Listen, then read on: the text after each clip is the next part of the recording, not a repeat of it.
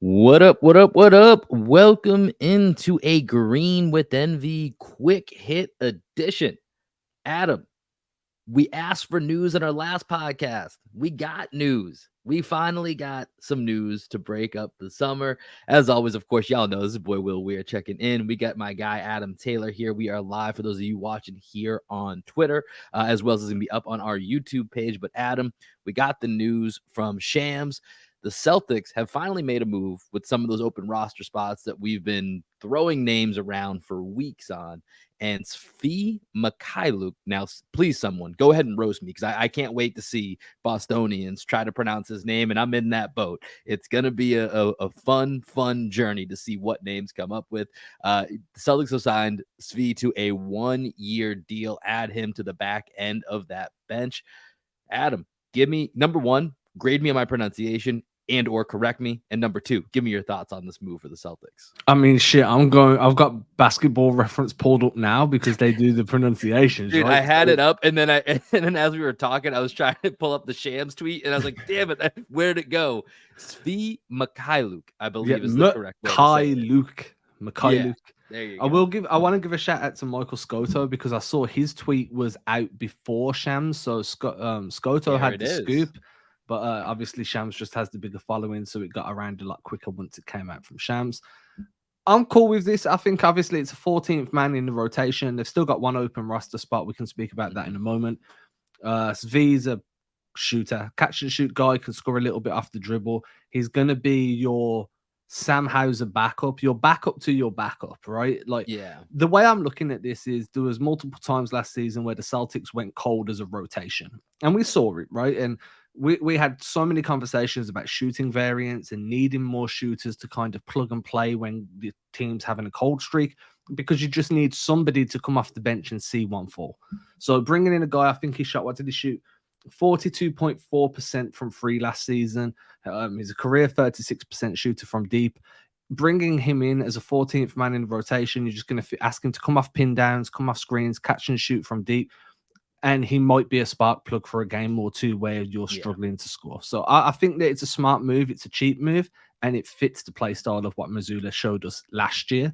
yeah. I mean, I So I'm feel like for assuming me, I it'll fit mean, this year. you hit the nail on the head, right? It's the backup to the backup, and for me, number one priority when I hear about the signing is I don't want Sam to initially lose minutes because I just feel like this is, it's going to be a very similar role. Not that they're, the exact same player, but they're pretty damn similar as far as what they'd be doing for you on the court. And, with the progress that Sam made last season, and you saw that defensively he held up a lot better than people would have expected. And, of course, all those numbers went around about teams getting outside of their offense, trying to hunt Sam, and how that actually worked to the Celtics' advantage. So I'm a little bit mid from, from the standpoint of having a backup to the backup, right? It's almost like the assistant to the assistant of the regional general manager, if you go Dunder Mifflin style on it.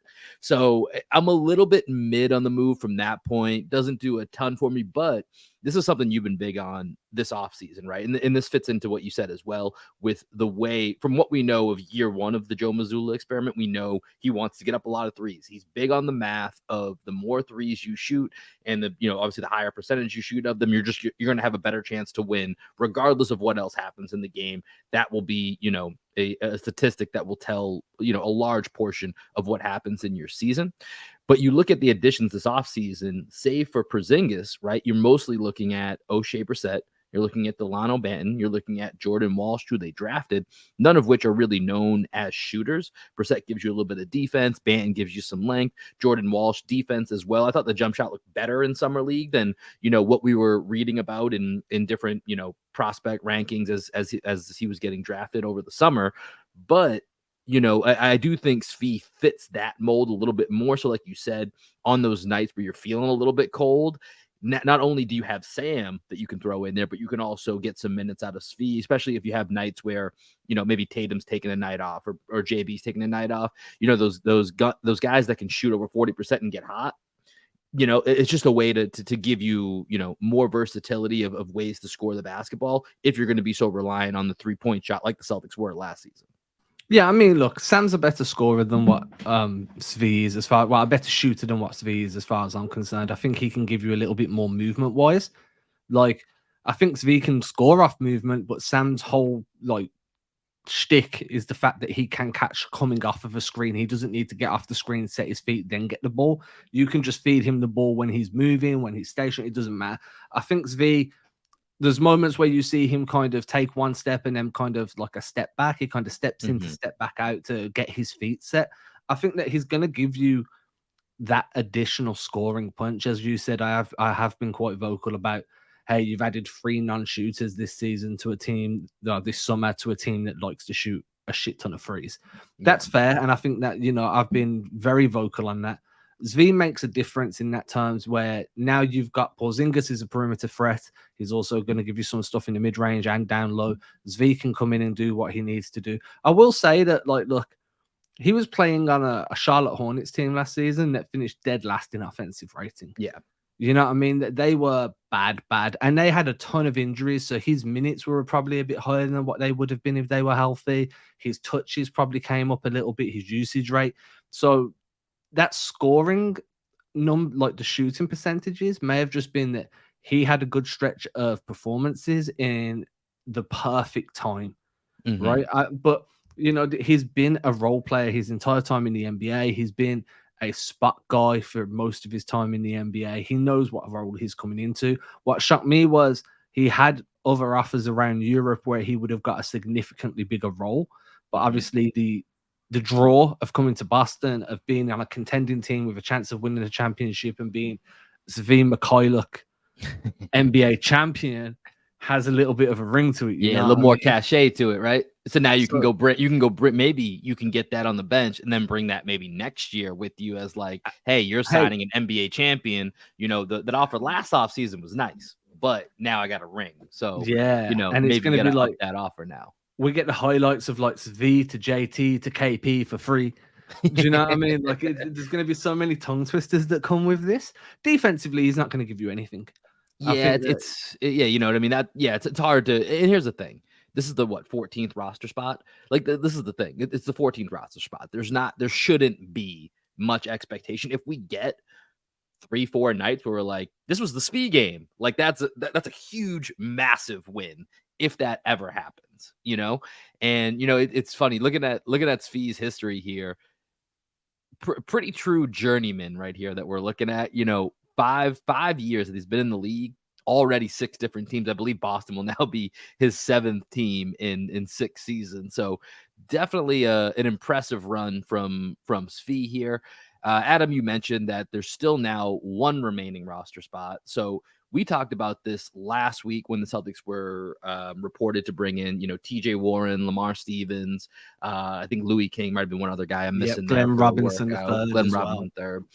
And, we talked about most likely they're either going to leave that spot open or it's going to be if one spot goes to a wing, the other spot, it's probably going to go to a big. Maybe it's another ball handler, not sure. But where are you leaning now that we know who that 14th spot is and now we're down to that 1 remaining spot? You still confident that you think Brad will go in with that open, or are you leaning maybe now knowing who that 14th name is that they're going in a different direction? No, I think they're going with it open. I could be wrong here. Obviously, I've got no reason to say it so confidently as what I am. But personally, I do think that they go into the season with the open roster spot. I think it just makes sense, right? Like, there might be a trade that comes up that's just great. It makes sense for everybody, but you might need to take back an extra guy. Having that open roster spot allows you to do it without having to try and bring in a third team or waive somebody. Waivers are a thing. You've got that Grant Williams TPE. You can use that to pick somebody up off waivers as long as their salary fits into the TPE. So you've got options, and those options require flexibility. Now, I think that if you bring a big in, you probably need to move on from a big that's already on the roster. I think KP filled that role where it was like, hey, we need another big. Well, Porzingis kind of does that for you. I think that, I'd love to see Blake Griffin back for another season, but I think if Blake Griffin comes back, it might be at the expense of Luke Cornett. And then I'm not sure how I feel about that. I don't know that. So let's talk about that just for a second, because I don't know that I would add Blake back at the expense of Luke, only because I think Luke from an availability, like Luke actually had a really nice year last year, right? Like for the role that he was playing. And I think where you have, Horford likely, is going to be on that similar plan, not playing back-to-backs. Rob, we know injuries. Who knows? Same with KP, who's obviously injured right now. Like, I think Luke actually makes more sense out of the two of them. If you have to choose one, I think Luke actually makes more sense as a guy for this roster than Blake does, especially if we're debating, let's say 50 appearances versus 35 appearances. Like, I think Blake's a great candidate for 35 to 40 appearances. I think if we're looking at 50 to 55 appearances, I think Luke is actually the better guy. So I will say this: if they use that 15th roster spot and bring back Blake, I'm completely on board with that. Like, the vibes, the veteran leadership. That's a bus one boy move, Yeah, right? you need the bus It's strictly one, for the bus everyone, one boys. straight up. But I do think that there's value in going in with that open roster spot and giving yourself the flexibility to see what shakes loose in the early couple of weeks. Do you know what I mean? Yeah. Like, that makes a ton of sense to me, and that's something that Brad's kind of shown a willingness to do previously. I'm okay with either way they go about it. The one thing I wouldn't like to do is just go and bring in like a plodding big man, somebody that's not really going to do shit, and it doesn't bring the vibes with him. And like, if you're going to do it, then go and get JaVale McGee. If you don't want to bring Blake back, go and get me JaVale McGee. Have that rim runner, somebody that will accept a really minimal role but can make an impact when they play. Otherwise, keep it open, see what shakes loose. We don't know whether Svi is going to be non-guaranteed. He could be partially guaranteed. There could be some flexibility to move off him if he doesn't really fit.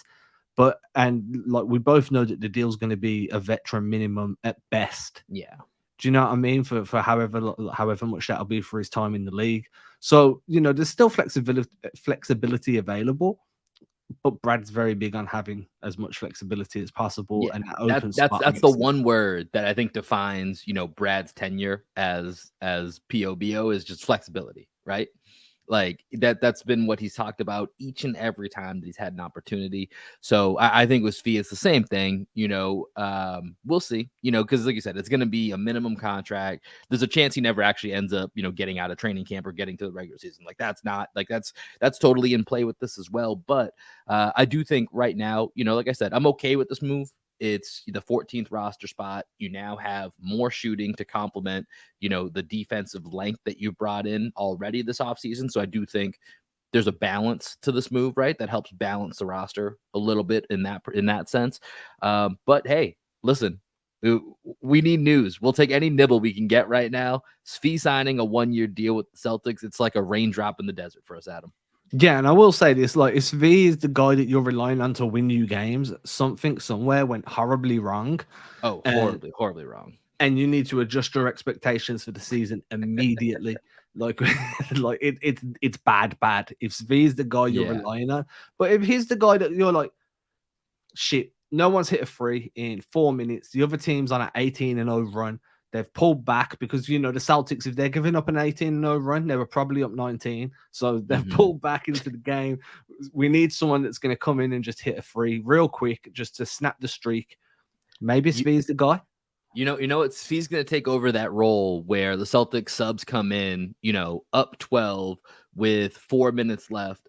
Team cuts it down to, 5 points, and Missoula's got the Jays and, Derek White back at the table. And then with, whatever it is, 37 seconds left, he's going to hit a 3-pointer from 6 feet beyond the 3-point line that finally lets us like take a breath of relief. It's like, all right, we don't got to bring back the starters. Svi put the dagger in after we were already up 15 with 4 left. And now we're going to walk away with an 8-point victory by the skin of our teeth. And it felt like it was slipping away. That's going to be Svi's role in this team. There's going to be a bunch of sports bettors at some point this season that are like, Svi hit the I was free. just thinking that he's going to be the DraftKings killer. That's what we'll call him. And it's going to be that. I'm sure we'll have a title at some point. Svi hit the free and won it for me. There's going to be so many rhyming opportunities, man. His name has a lot of possibilities, both Twitter with the Boston accent, with the role he's going to play. So there'll be a lot of play on words that we'll be able to find here for that garbage time. We'll try to keep it interesting when Svi hits the court. But Adam, that's going to do it for this quick hit edition of Green with Envy. Svi Mykhailiuk is a Boston Celtic, at least for now. That's going to do it for us. We appreciate y'all tuning in. Make sure you follow us on YouTube, and we'll catch y'all later. See you later. Peace.